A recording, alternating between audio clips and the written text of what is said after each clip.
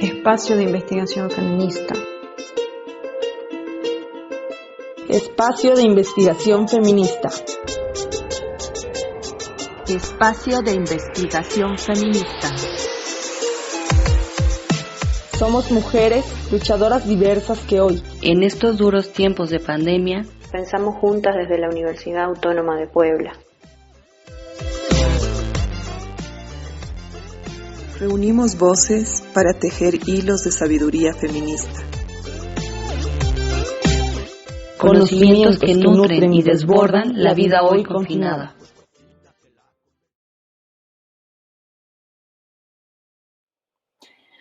Hola a todos y a todas, bienvenidas a este espacio de investigación feminista. Nos da mucho gusto recibir en esta ocasión a Verónica Barreda y a Mariana Jiménez, dos compañeras de Puebla que han estado conociendo y acompañando la lucha del agua y al mismo tiempo las dos pertenecen al Instituto de Ciencias Sociales y Humanidades de la UAP. Como entrevistadoras vamos a estar Claudia Cuellar y yo, Astrid Iracheta. La entrevista que tendremos hoy está relacionada con un tema y problemática que se vive en diversos territorios, que es el despojo del agua y toda la violencia que implica. Específicamente en el estado de Puebla, nos interesa abordar dos espacios concretos, el río Metlapanapa y la extracción y explotación de agua por parte de la empresa Bonafont en el municipio Juan C. Bonilla. Es importante mencionar que estos territorios no se han quedado quietos y que la población se ha organizado en defensa del agua. Desde esta conversación que tendremos con Verónica y con Mariana, hablaremos desde las luchas concretas y a partir de una mirada feminista. Entonces, nos interesa sobre todo cómo las mujeres están trabajando, pero también cómo se organizan y cómo se vinculan en defensa de los bienes comunes y qué implica, por supuesto, esta lucha por el agua. Entonces, más que una entrevista informativa, nos interesa reflexionar desde la experiencia bien de investigación y de lucha que han vivido, es decir, desde lo que ustedes conocen, Vero y Mariana, pero también desde sus propias reflexiones y aprendizajes, y así como sus búsquedas propias y su participación en las luchas ante estos procesos de despojo. Hola a todos, a todas. Gracias, Astrid, por esa introducción. Bueno, yo soy Claudia Cuellar, también soy parte del espacio de investigación feminista. Y antes de empezar en este diálogo con Verónica y Mariana, voy a hacer una pequeña presentación de cada una de ellas. Hoy nos acompaña Verónica Barreda, que es licenciada en Sociología por la Benemérita Universidad Autónoma de Puebla y maestra en Sociología por la misma Casa de Estudios. Su formación se centra en estudios sobre territorialidad y autonomía rural, así como en procesos pedagógicos de intervención y acompañamiento comunitario.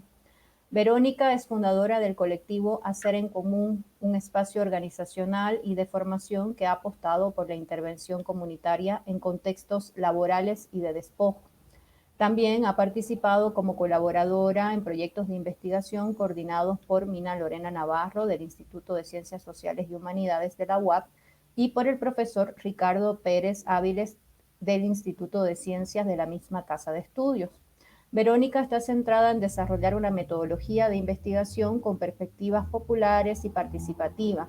En este sentido, ella desarrolló durante su estancia en la maestría una propuesta investigativa desde la epistemología feminista para acercarse al proceso de defensa del territorio en la comunidad de Santa María de Zacatepec, Juan C. Bonilla, Puebla. También nos acompaña Mariana Jiménez. Mariana es licenciada en Comunicación por la Benemérita Universidad Autónoma de Puebla y es maestra en Comunicación para el Cambio Social por la Universidad Iberoamericana en Puebla. Ella es miembro desde el 2013 de la Asamblea Social del Agua, una organización que surge frente a la privatización del agua en Puebla. Actualmente es doctorante en Sociología en el Instituto Alfonso Vélez Pliego de la UAP. Como mujer, feminista y madre, ha acompañado procesos en defensa del territorio y ha participado en espacios feministas a través de proyectos de investigación, capítulos de libros, talleres, ponencias y el activismo social. Entonces, bueno, empezamos, chicas. Vamos a comenzar un poco hablando sobre la situación, es decir, sobre lo que está pasando en concreto. Queremos que nos cuenten ¿Qué saben y conocen ustedes sobre esta problemática de despojo desde el territorio en el que están? Como decían o comentaban hace rato, pues sí, mi andar empezó ahí en la Asamblea Social del Agua, justo marcado en 2013, cuando comienza este proceso impulsado por Rafael Moreno Valle para privatizar el agua en 27 municipios del estado de Puebla. Entonces, es así como venimos de la privatización del petróleo y yo me entero a finales de 2013 que está esta situación de la privatización del agua en Puebla, lo cual me pareció muy curioso, no conocía la verdad nada del tema ni tenía idea que algo así pudiera suceder, entonces me hizo como bastante pues extraño y peligroso. Entonces me vinculo con esta organización, me acerco a ellos para saber qué necesitan, para colaborar y para enterarme más del tema. Entonces es así como me entero. En otros estados del país, como Aguascalientes, el agua está privatizada, es entregada para su manejo por parte de empresas, generalmente extranjeras, pero también nacionales, y pues ahí se comienza con todo un proceso de acaparamiento, de encarecimiento del agua y de saqueo, ¿no? Entonces, ahí me voy enterando también no solo de la situación de Puebla, porque evidentemente esta lucha está enmarcada en un contexto citadino, urbano, con participantes pues de la tercera edad, enmarcado en una onda como muy legal, institucional, gubernamental, ¿no? Apelando al criterio de las instituciones. Entonces tenía estas características, o tiene estas características, la Asamblea Social del Agua, y al vincularme con otros colectivos más, o mejor dicho, campesinos, indígenas, es como me voy dando cuenta de lo grave que es, ¿no? Que no se reduce a que ahora el recibo de agua va a venir más caro, sino que es una problemática que afecta de diferentes maneras a las personas que vivimos en la ciudad, a las personas que están en otros espacios más alejados de la mancha urbana. Y bueno, pues me entero de la situación, por ejemplo, de la minería, me empiezo a informar de qué son los megaproyectos, de qué es la minería, de qué es el fracking, ¿no? De que utiliza millones de litros de agua al día, limpia, pura, para poder hacer las perforaciones exitosamente, ¿no? Entonces, bueno, pues así me voy enterando. Luego viene este atentado contra el derecho humano al agua, reconocido en el artículo 4, por parte de esta ley, o por esta iniciativa, mejor dicho, ahí en esta ley llamada Korenfeld, que se da en 2015, y lo mismo, ¿no? Es una ley que a grandes rasgos, pues lo que busca es priorizar el agua para el sector industrial, ¿no? Dejando al lado el derecho humano al agua y el reconocimiento de este en tratados internacionales. Entonces, ahí se da una lucha, sí desde la Asamblea del Agua, pero también desde esta organización Agua para Todos, Agua para la Vida, con quien estamos vinculados, que ellos hacen su propuesta de ley y bueno, viene todo un proceso desde ese frente de juntar firmas, de hacer manifestaciones, de informar a la gente de qué trata, ¿no? Porque también esa es otra, la gente no estaba enterada de lo que pasaba en Puebla, de la gravedad a nivel nacional y mucho menos de las implicaciones de contaminación, de saqueo, de que muchas personas no tienen ni siquiera el más mínimo acceso al agua, de que a futuro esto va a seguir como empeorando. Y bueno, pues esa es otra lucha que se da con esta organización, en vinculación con ella. Y luego, pues hay otros proyectos de ley, ¿no? Justo ahora hay un proyecto de Ley General de Aguas que está para discutirse en 2021 y aprobarse en 2022. Es una iniciativa impulsada por el diputado Pichardo en 2018, la Korenfeld en 2015 y bueno, pues por el momento aquí me quedo. Bueno, hola a todas, todos y gracias compañeras por hacerme y hacernos la invitación. Pues sí, yo como me gusta un poco más hablar igual como la compañera, como desde mi experiencia. A mí me tocó vivir también lo que ella mencionaba de como estas coyunturas respecto al agua en esos, durante el gobierno de Moreno Valle. Lo interesante de haber vivido ese momento fue justamente ver cómo en diferentes latitudes del territorio en Puebla se estaban germinando, digamos, estos megaproyectos, y casi todos implicaban el uso desmedido o el uso de alguna manera del recurso hídrico, ¿no? Entonces, en ese tiempo me acuerdo que yo estaba en la licenciatura y yo estaba investigando el problema del proyecto integral Morelos de forma regional, ¿no? En Puebla, Tlaxcala y Morelos. Entonces, de lo que se hablaba en ese momento es que había un proyecto regional de industrialización y un proyecto regional extractivista para poder, digamos, de alguna manera radicalizar el saqueo que históricamente había venido sucediendo en este territorio, ¿no?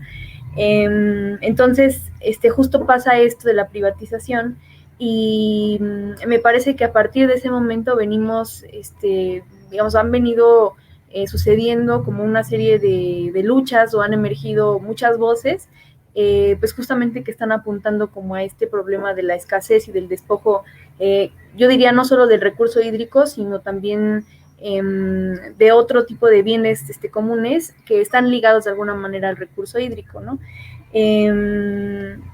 Yo me acerqué al problema del agua, digamos, de manera como indirecta, porque cuando yo entré a la maestría, lo que a mí me interesaba era conocer el proceso de lucha en defensa del territorio que se había sostenido en Santa María Zacatepec. Entonces, particularmente desde este territorio es desde donde yo estoy pensando el problema de forma regional, ¿no? Haberme acercado a ese problema tan localizado me habilitó, digamos, una mirada acerca de lo que estaba sucediendo y de lo que ha sucedido en este territorio, ¿no? Entonces, cuando yo me acerco allá fue en 2019, ya cuando había sucedido toda esta oleada como de proliferación de proyectos extractivos, y entonces había justamente como la pretensión de instalar un sistema de descarga de agua residual en el río Metlapanapa, que es un afluente del río Atoyac, ¿no? Entonces, cuando yo me acerqué no estaba tan como ahora lo vemos, o sea que ahora ya está mucho más radicalizado, sino que venían saliendo del problema de la imposición del proyecto integral Morelos, porque recordemos que este es un territorio que ha estado afectado también por la instalación de este proyecto. Entonces había como el riesgo de que se instalara por parte de Ciudad Textil, que está ubicado en Huejotzingo, un municipio que está cerca de Juan Cebonilla, que se instalara este ducto justamente de descarga. Entonces en ese momento la gente pues empieza a lanzar una serie de estrategias para poder denunciar la ilegalidad de la descarga de agua residual en un afluente que ya estaba contaminado, ¿no? También el río Metlapanapa había estado contaminado en años anteriores porque justamente a las orillas de este afluente está un rancho de porcino, ¿no? Entonces, bueno, sabemos que ese tipo de industria es muy contaminante, entonces cuando llega lo de la descarga, pues el río ya estaba contaminado, ¿no?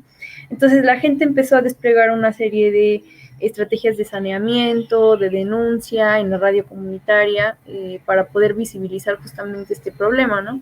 Entonces, como caminando con la gente, caminando sobre todo con las compañeras, pues nos interesaba saber por qué de forma sistemática estaba siendo agraviado este territorio, ¿no? Porque recordamos que ellos no tenían pues mucho tiempo de haber salido del conflicto por el proyecto integral Morelos. De hecho se sostiene, ¿no? Porque hay una serie de amparos que permiten, digamos, que el proyecto esté parado y que no pueda operar.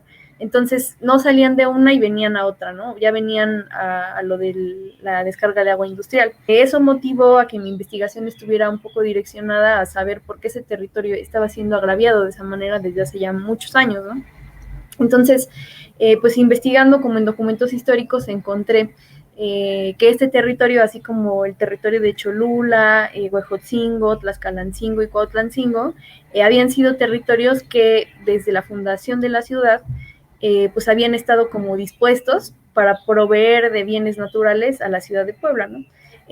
así como también el transporte, digamos, a la Ciudad de México y otras ciudades metropolitanas. Entonces esto hizo que pues estos territorios estuvieran como de alguna manera siendo conservados para que gente indígena, para que la población indígena laborara, ¿no? Y para que la región urbana pues tuviera justamente pues la mano de obra y los recursos para poder subsistir. Entonces estamos hablando de un metabolismo urbano que hacía que pues estas regiones fueran, digamos que hubieran sido producidas de cierta manera, ¿no? Y sobre todo con lo que mencionaba Mariana, cuando empieza, esto fue sostenido por muchos años, pero cuando empieza ya la crisis del petróleo, de la que México fue dependiente durante muchísimo tiempo, pues comienza a haber como un reajuste, digamos, de estas zonas, y estas zonas comienzan a ser ocupadas, sobre todo por el sector de infraestructura, ¿no? Por el sector de vivienda, habitacional. Empiezan a construirse carreteras y justamente en las orillas de los ríos comienzan a ser utilizados como vertederos industriales, ¿no? Entonces estamos hablando que no solamente es un territorio el que está siendo afectado por esta predisposición urbana, pues sino de toda una región que está, digamos, predispuesta para que las cosas ocurran de cierta manera, ¿no? Entonces, me parece que lo que vimos en esos años, cuando ya se privatiza el agua, cuando ya empieza a hablarse de privatización del agua en Puebla, pues vemos que una serie de contradicciones que ya se venían, pues como que gestando en el estado y en la región, pues empiezan a ser visibles, ¿no? Y me parece que eso hace también que justo la denuncia que están haciendo los pueblos actualmente tenga mucha más potencia, porque lo que están haciendo es denunciar una serie de agravios acumulados y que no terminan de sanar en los territorios, ¿no? Sí, gracias Vero, gracias Mariana. La verdad que es súper importante conocer en escala amplia estas dinámicas de desposesión que han existido, ¿no?, en Puebla, y sobre todo cuando hablamos del agua. Un poquito ustedes nos estaban contando sobre las luchas ya, ¿no? Porque cuando hablamos de lo que ha pasado también siempre vamos como adentrándonos a los procesos de luchas que se han generado. Queríamos entrar por ahí un poco para profundizar, para que nos cuenten qué tipo de organizatividad ustedes han conocido en cuanto a la defensa del agua en los territorios que conocen, sobre los que han reflexionado y se han implicado también en estos procesos, y sobre todo nos han hablado justamente del trabajo de las compañeras en lucha. Quizás también nos puedan dar un panorama de lo que han conocido, reflexionado, articulado sobre estas formas de luchas que se están dando y en la actualidad también en Puebla. Comento desde mi experiencia, bueno, como dije, a nivel como muy cercano y urbano, pues la Asamblea Social del Agua, ¿no? Es decir, no hubo ningún otro grupo de personas, de vecinos, de gente que se uniera en el sentido, pues sí, del municipio de Puebla. Entonces, es mi primer contacto, y como ya dije, en la cuestión de la Sierra Norte de Puebla, empiezo a ver muchos colectivos campesinos e indígenas. Obviamente la lucha que han dado en contra del proyecto integral Morelos ha sido clave en el estado de Puebla. Por ejemplo, en contra de hidroeléctricas, hablando de la Sierra Norte, en contra del fracking, de la minería a cielo abierto, la minería tradicional. Entonces,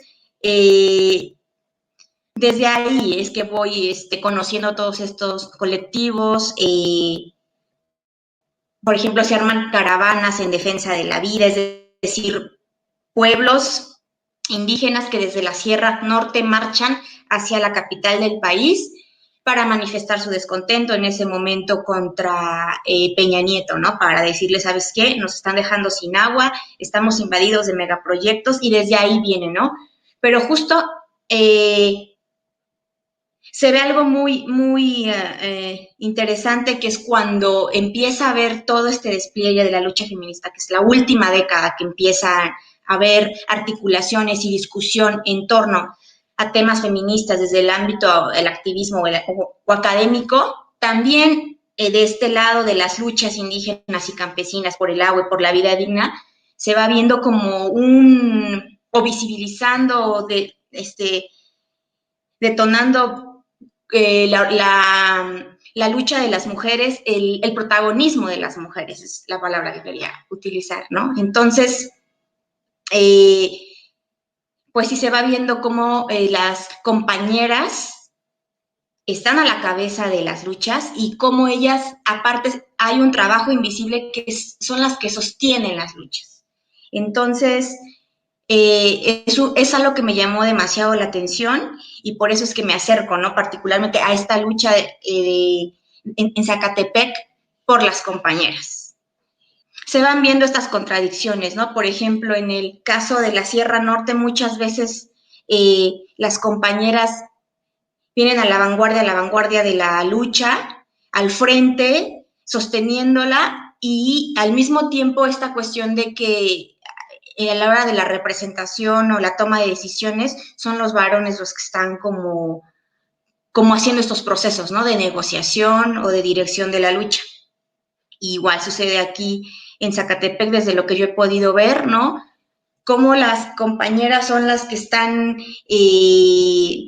pues siempre activas, ¿no? En todos los niveles, en el nivel de la organización, desde la reproducción desde sus hogares, generando espacios para politizar, pero también muchas veces son opacadas en este sentido. Entonces, es lo que ahorita podría comentar sobre la lucha que están dando particularmente las mujeres por la defensa del agua, ¿no? Y todos estos movimientos que son indígenas y campesinos, pero en la que la presencia de las mujeres pues es central y se le está dando voz o centralidad o foco o luz, pero al mismo tiempo está en tensión con todas estas prácticas patriarcales que hay en las comunidades. Yo creo que ahora mencionó algo muy importante, Mariana, que es cómo las luchas han, como que se han ido transformando, ¿no? O sea, creo que en Puebla y sobre todo en la región centro-sur del país es muy notable la importancia de las luchas campesinas e indígenas, que bueno, ¿no? O sea, la vemos desde la Revolución, o sea, desde la Revolución Mexicana vemos la importancia de pues vamos a decirle como el sector campesino para las transformaciones como a gran escala, ¿no? Y vemos una capacidad, digamos, de estas luchas para transformarse después cuando viene el zapatismo, digamos, y el horizonte del autonomismo y de la lucha indígena, ¿no? Y más tarde, a mí me tocó, cuando yo estaba como empezando a involucrarme con luchas, pues que ya había, justamente como en 2012, 2013, ya había como una matriz, digamos, de sentido distinta para las luchas, que era la idea de las luchas por defensa del territorio. Entonces muchas luchas se empezaron a articular en torno pues a la defensa de estos espacios de vida, ¿no? Estos espacios que eran pues que otorgaban justamente pues las condiciones para que su propia existencia pudiera como reproducirse, ¿no? Entonces me acuerdo que en ese tiempo, además de que las luchas empezaron a decir que eran luchas en defensa del territorio, comenzó a emerger esta semilla de lo que hoy son las luchas en defensa de la vida, ¿no? Que es una idea que recorre todo el país y que está recorriendo también Latinoamérica, la idea de la defensa de la vida. Y en ese tiempo fue muy interesante ver pues cómo estas luchas estaban generando como este sentido acerca de la vida que defendían contra lo que se ha llamado los proyectos de muerte, ¿no? O sea, justo la idea de defensa de la vida surge como un antagónico pues a la muerte que traían estos proyectos. Y me parece muy interesante cómo poco a poco han incorporado como, poco a poco y en cierta medida, como algunos de los, pues de las reflexiones que se han estado ampliando las luchas en muchos ámbitos, las luchas feministas, ¿no? Yo creo que ha habido una importancia muy, muy grande del papel de las mujeres en las luchas, pero no había sido visible, ¿no? Es como algo que había estado ahí, como muy por debajo, pero que no había como la capacidad o no había la necesidad, no sé, como no había las condiciones, por así decirlo, para nombrarlo de esa manera.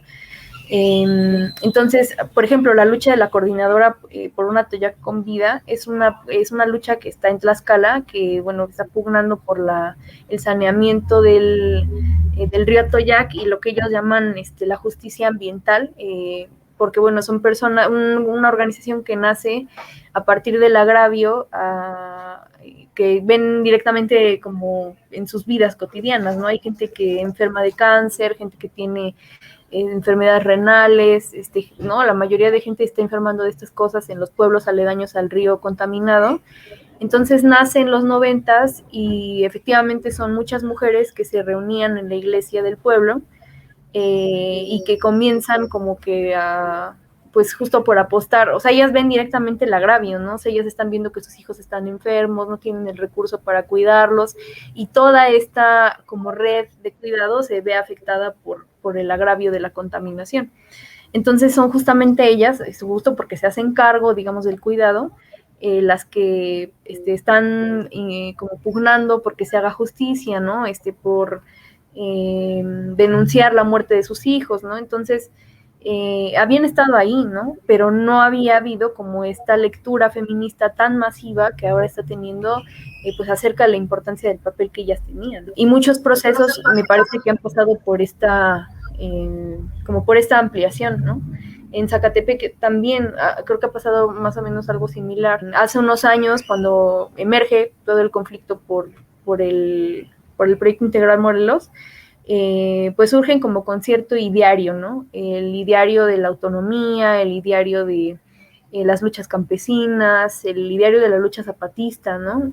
Pero no había habido como una centralidad, como justamente ahora cuando salen las guardianas del río Metlapanapa, o sea que ya hay pues una visibilidad mayor acerca de lo que ellas están haciendo. Igualmente cuando yo me acerqué en 2019 había como una cosa como muy intuitiva acerca de lo que ellas hacían, pero bueno, cuando yo me acerqué pues había muchos problemas para poder coordinar como actividades entre mujeres, ¿no? Entonces, justamente la lucha por la defensa del río y la necesidad, digamos, de que, por ejemplo, del plantón, de que ellas tienen que empezar a rotar las actividades y tienen que empezar a gestionar la vida en momentos extraordinarios, vamos a decirlo así, pues hay como pues una necesidad de nombrarse, ¿no? Y de nombrar en realidad lo que ellas estaban haciendo y por supuesto influidas ya por esta matriz de sentido feminista, ¿no? Gracias, Vero. Ahorita que estabas mencionando lo del plantón, me preguntaba si podrías ahondar un poquito más acerca de estas luchas que se están desplegando contra la explotación y extracción del agua por parte de Bonafont, específicamente en ese lugar. ¿Cómo las has estado viendo? Sí, pues mira, yo que no voy a la comunidad, en todo esto que ha habido de la pandemia ha sido muy complicado poder conectar otra vez con la gente para poder, o sea, estoy al pendiente porque tenemos una comunicación fluida, por así decirlo, como por WhatsApp y esto, y más o menos sí estoy al tanto de lo que hacen, pero no tengo mucha claridad ahora de cómo se están tomando esas decisiones, ¿no? Lo que sí, y digamos la manera en la que yo he leído lo que ha sucedido, es que en realidad ahora la comunidad tiene muy presente esta visión como regional y esta visión como metabólica de lo que ha estado sucediendo en su territorio. Y esto es algo que justamente la lucha por el agua habilita, ¿no? Porque la lucha por el agua es básicamente la lucha por la vida, ¿no? O sea, la lucha por, pues sí, por poder tener ese medio vital. Entonces, a partir de que surge la lucha en defensa del Metlapanapa, que es no contaminen más el río, hay como una producción de un sentido acerca de lo que la comunidad puede hacer para que el río vuelva a estar igual. Eso me tocó a mí vivirlo, ¿no? La gente se daba cuenta entonces cuando se veía amenazado, pues justamente que el río podría ser, digamos, podría transformarse, digamos, la condición actual que tenía ese agravio, ¿no? Entonces comienzan a desplegar una serie de estrategias para sanear el río. y ahí surge esta ahora como suborganización nombrada las Guardianas del Río, porque son mujeres que se empezaron a acercar personas como expertas, vamos a decirle, para poder como evaluar la calidad del agua. Entonces las compañeras aprenden a hacer este muestreo y ellas empiezan a ser partícipes de la actividad de limpieza, de la actividad del muestreo, a documentar en qué estado estaba el río, porque estaban en ese momento tratando de generar un expediente para poder presentarlo ya en términos legales, ¿no? Acerca de cómo estaba ahora el río y como tener un antecedente, digamos, de lo que le estaba sucediendo al río. Y lo de Bonafont estaba sucediendo, pero me parece que no había como tanta,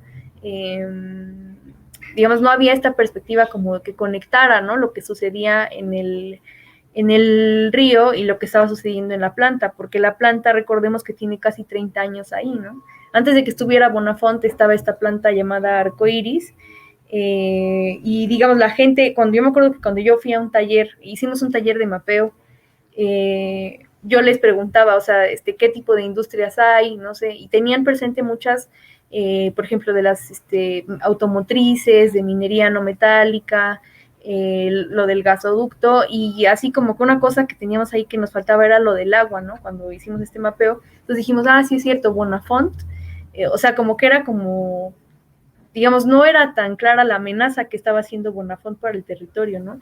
No es hasta que la empresa comienza a perforar, digamos, de manera ilegal, otro pozo lo empieza a extraer, y entonces hay ya, digamos, no surge, digamos, no emerge algo nuevo, sino que es un conocimiento que la gente a final de cuentas tiene y que la gente va como viviendo de manera cotidiana, pero que justo en ese momento pues se hace como muy tangible, ¿no? Entonces es más o menos la perspectiva que yo tengo. Te digo, no estoy muy empapada, digamos, de la toma de decisiones y de cómo se llega, pero lo que sí creo que la gente tiene claro es que esto de los plantones ha sido también una estrategia fértil, ¿no? Porque además son espacios donde no solamente está la gente como habitando, sino son espacios pues de convivencia, donde llega gente como externa, van y dan muchas muestras de solidaridad. Además, haberlo sacado en el Día Mundial del Agua fue una cosa estratégica muy importante y fue muy visible. Y además ya era una comunidad que ya venía digamos, una experiencia de lucha pues continuada, y creo que eso les ha dado como mucha fuerza para poder sostener estos procesos, ¿no? Ahora que estaban contando, digamos que nos han contado sobre la situación, sobre las problemáticas y las luchas, pero también sobre cómo ustedes se han acercado a este tema y cómo se han acercado y acompañado o han sido partícipes pues de estos procesos de lucha. También nos preguntábamos dónde están colocando ustedes dentro de estos aprendizajes y esta experiencia, dónde están colocando, digamos, sus deseos, ¿no? En todos estos procesos que han atravesado, tanto de investigación como de estudio. Justo lo que me llamó la atención o lo que me animó a participar, a conocer más de la lucha de las Guardianas del Río en Zacatepec, una fue la cuestión, evidentemente, de que somos mujeres y de que compartimos el ser objeto de violencia, ¿no? Desde nuestro habitar el mundo como mujeres. Entonces, obviamente, con toda la tensión y la discusión de que vivimos en momentos diferentes, que somos de edades distintas, pero bueno, uno de esas conexiones fue esa, la cuestión de la violencia, de lo que padecemos al ser mujeres, y la otra, pues la lucha por el agua, ¿no? Es algo que desde mi activismo y desde mi historia como personal me ha tocado, me ha pegado, no de la misma manera que a las compañeras, pero es un tema que me ha interesado, que me ha gustado mucho, que me ha motivado a seguir otras luchas. Entonces ahí fue donde encontré el vínculo con ellas, ¿no? La problemática del agua, aunque la vivimos de manera diferente, y los sentires en este mundo desde el habitar al mismo como mujeres. De mi parte fue como deseo y necesidad, no sé. O sea, entiendo que la pregunta es cómo me involucré o cómo mis intereses cruzan, ¿no? con lo que está sucediendo. O sea, la necesidad porque desde que yo entré a sociología, o sea, para empezar, para mí ha sido muy importante como ir reconociendo mi propia experiencia y mis sentimientos y todo lo que he vivido en los procesos de investigación, ¿no? Entonces, esto lo tengo muy presente. Desde que entré a sociología me interesaba, digamos, el problema ambiental como una cosa muy, pues ya sabes, estás joven, estás buscando qué hacer, y dije, bueno, los temas que voy a investigar entonces son estos de medio ambiente, ¿no? Entonces a mí me tocó vivir como este momento muy raro en Puebla, cuando estaba Moreno Valle, y había como una oleada de violencia contra luchadores en defensa del territorio. Entonces a mí me tocó pasarlo porque yo estaba haciendo una investigación del gasoducto y el profesor con el que yo estaba lo amenazaron, y entonces todos los estudiantes nos pusimos medio locos y todos vivimos así un momento muy tenso, ¿no? Entonces, o sea, desde ahí como que, o sea, fue esta insistencia por tratar de seguirle dándole vueltas al tema, y me acerqué a muchos espacios de educación popular, a muchos espacios donde participaban las luchas sociales, y todo el tiempo he estado empapada como de de esa dimensión, pero siempre desde el ámbito académico, ¿no? Porque al final de cuentas es como, y creo que no es ninguna vergüenza admitirlo también, que esto lo hacemos de forma profesional, ¿no? O sea, que nosotros nos dedicamos a estudiar esto de forma profesional, que ofrecemos de alguna manera claves de sentido desde la academia, y eso es algo que, pues, es lo que vamos a estar haciendo, ¿no? Pero también para mí era muy importante admitir que también hacía eso, y que parte de esa experiencia tenía que ver con ser una mujer pues de una clase popular, que había vivido ciertas experiencias atravesadas por el hecho de ser mujer, y que en cierto momento se volvió feminista, y que tuvo que pasar, digamos, por este proceso tan pues tan bello y tan al mismo tiempo tan doloroso que produce a veces acercarse al feminismo, ¿no? Entonces, para mí esas dos cosas han sido como las que tengo todo el tiempo presentes a la hora de hacer la investigación. Entonces, cuando yo ya acabé la licenciatura y quise estudiar el posgrado, también por necesidad de asegurarme la supervivencia en unos cuantos años, sabemos que no es fácil hacer la vida en ciencias sociales. Entonces, bueno, esa parte, digamos, me empujó a estudiar el posgrado, y dije, bueno, si voy a hacer algo así y me voy a dedicar de tiempo completo, pues voy a hacer algo con lo que me sienta pues satisfecha y me apasione y sea algo que me guste.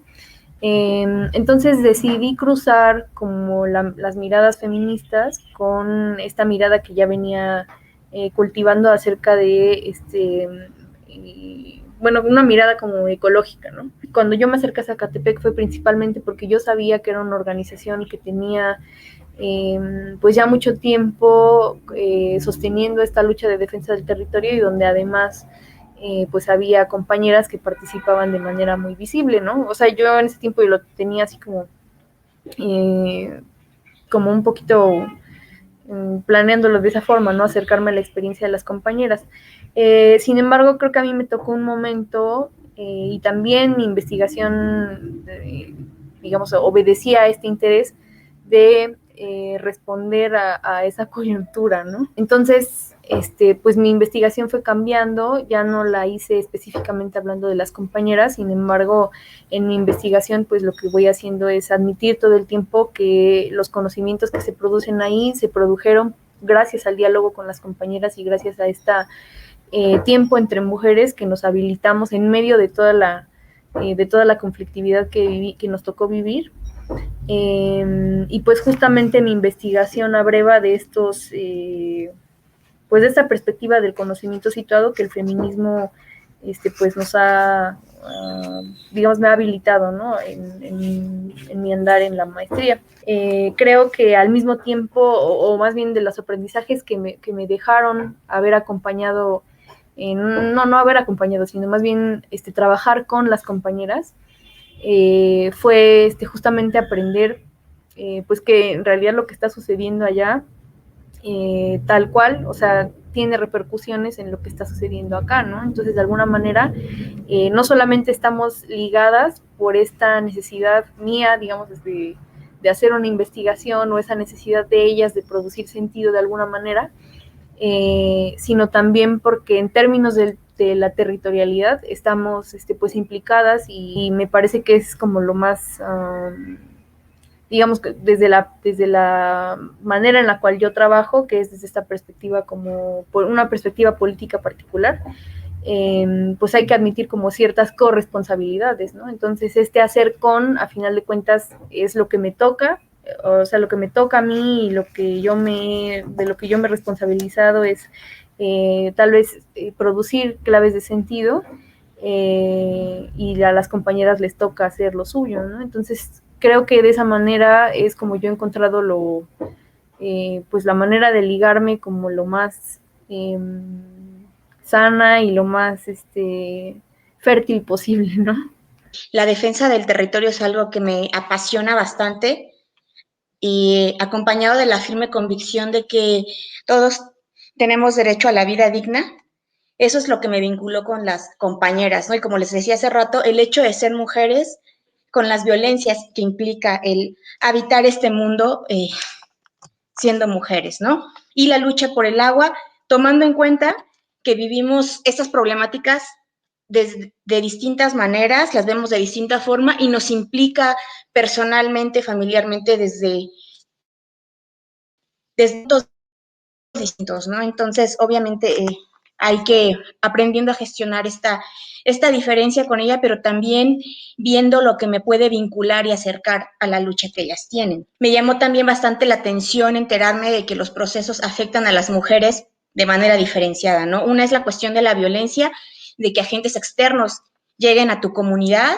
En el caso de las compañeras, pues cuando fueron ahí golpeadas el 30 de octubre de 2018, el hecho de que los empresarios prefirieran una interlocución masculina y bueno, el hecho, bueno, como decía Vero, ¿no? Ellas estar en contacto directo con el agua, pues se ven más afectadas porque les impide tener un recurso básico, una condición material básica para la reproducción de la vida y también la estigmatización de la comunidad, que es algo que vivimos igual de manera diferente, reitero, pero que sí se ve, ¿no? El hecho de que estés en un proceso de defensa del territorio, pues es desgastante en ese sentido, ¿no? Porque siempre vas a ser señalada por no tener o no hacer las cosas que se esperan de una mujer, ¿no? Todos esos atributos morales de portarte bien, de estar en casa, de encargarte de la familia, sí juega demasiado en un proceso como el que ellas están viviendo, ¿no?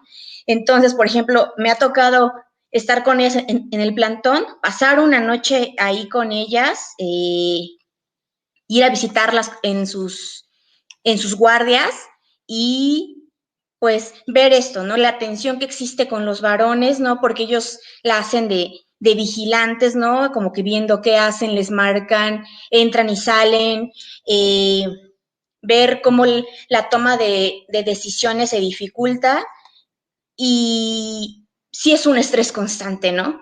No es lo mismo la guardia que hacen ellos o las actividades o la lucha desplegada a cargo de ellos que lo que vienen haciendo ellas de manera tensa, de manera condicionada. Entonces, bueno, a pesar de esto, igual este es un espacio que las cohesiona, como decía igual Vero, que les permite generar otros vínculos de parentesco, una convivencia distinta entre ellas, y que les brinda esperanza anímica, ¿no? Entonces, eso fue como que algo muy curioso que me tocó ver y bueno, los aprendizajes que me dejan ellas es como una muestra de dignidad brutal, ver y sentir como algo muy difícil, como algo desgastante, algo que lastima.